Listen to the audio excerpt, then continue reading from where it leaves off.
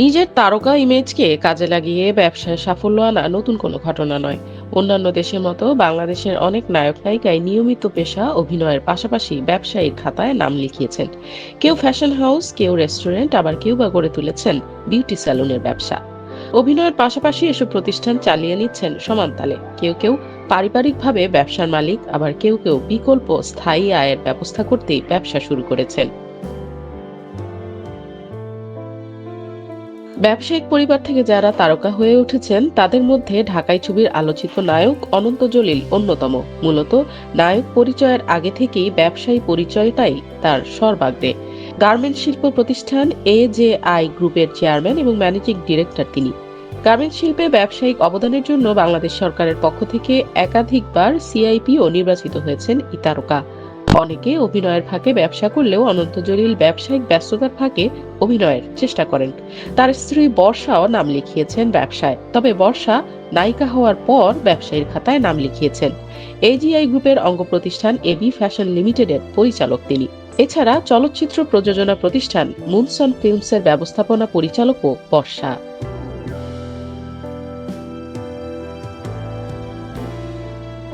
পারিবারিক সূত্রে আগে থেকেই ব্যবসায়ী যারা, তাদের মধ্যে অন্যতম হচ্ছেন চিত্রনায়ক আলমগীর। চলচ্চিত্রের এক সময়ের সাড়া জাগানো এই সুপারস্টার পারিবারিকভাবেই পোশাক শিল্প ব্যবসার সাথে জড়িত। তাই এক সময় চলচ্চিত্র থেকে কিছুটা সরে এসে ব্যবসার দিকেই মনোযোগ দিয়েছেন তিনি। রাজধানীর মিরপুর ও সাভারে একাধিক গার্মেন্ট ফ্যাক্টরি রয়েছে এই অভিনেতার।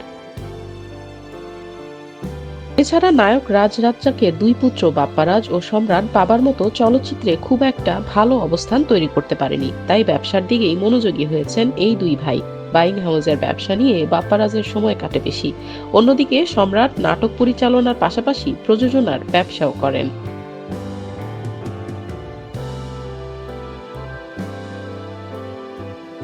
একসময়ের জনপ্রিয় অভিনেত্রী মৌসুমী অনেক আগে থেকেই ব্যবসার সঙ্গে জড়িত।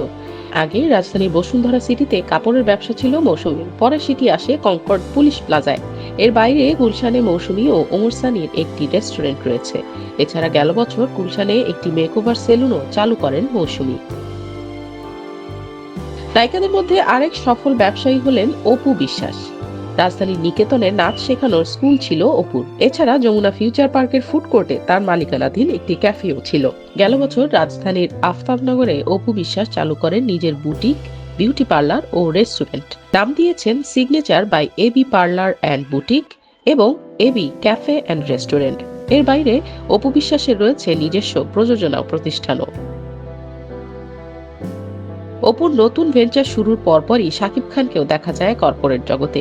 রিমার্ক HB নামে একটি আন্তর্জাতিক প্রতিষ্ঠানের পরিচালক হিসেবে আত্মপ্রকাশ করেন ঢালিউড কিং শাকিব খান। এই কোম্পানি বিশ্বমানের skin care, cosmetics, toiletries, home care, perfume সহ বিভিন্ন পণ্যের ব্যবসা করে থাকে। শুধু বাংলাদেশে নয়, শাকিব খানের এই কোম্পানির পণ্য পাওয়া যাচ্ছে আমেরিকা, কানাডা, অস্ট্রেলিয়া, মধ্যপ্রাচ্য, সিঙ্গাপুর, ইউরোপ সহ বিশ্বের বিভিন্ন দেশে।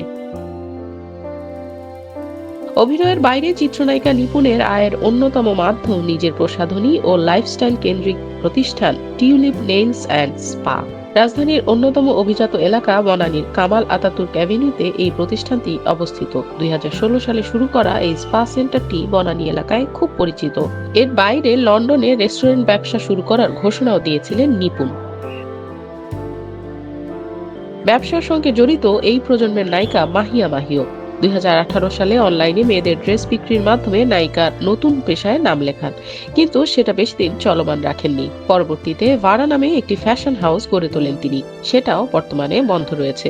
এছাড়া গাজীপুর চৌরাস্তায় ফারিস্তা নামের রেস্টুরেন্টেও স্বামীর সাথে ব্যবসায় নাম লিখিয়েছিলেন মাহি। বড় বোন ইসরাত মারিয়া মৃত্তিকার সঙ্গে ব্যবসায় জড়িত চিত্রনায়িকা নুসরাত ফারিয়া। বনানীর 11 নম্বর সড়কে নায়িকার একটি ব্রাইডাল স্টুডিও ও বিউটি কেয়ার প্রতিষ্ঠান রয়েছে। অভিনয়ে অনিয়মিত হবার পর আফসানারা বিন্দু বর্তমানে নিজের ব্যবসা প্রতিষ্ঠানের দিকে নজর দিয়েছেন। রাজধানীর বনানীতে তার একটি ফ্যাশন হাউস রয়েছে, এখানে নিজের ডিজাইন করা পোশাক বিক্রি করেন তিনি। এর বাইরেও অনেক নায়ক নায়িকাকেই অভিনয়ের বিপরীতে উদ্যোক্তা হিসেবে নতুন পরিচয় গড়ে তুলতে দেখা গেছে।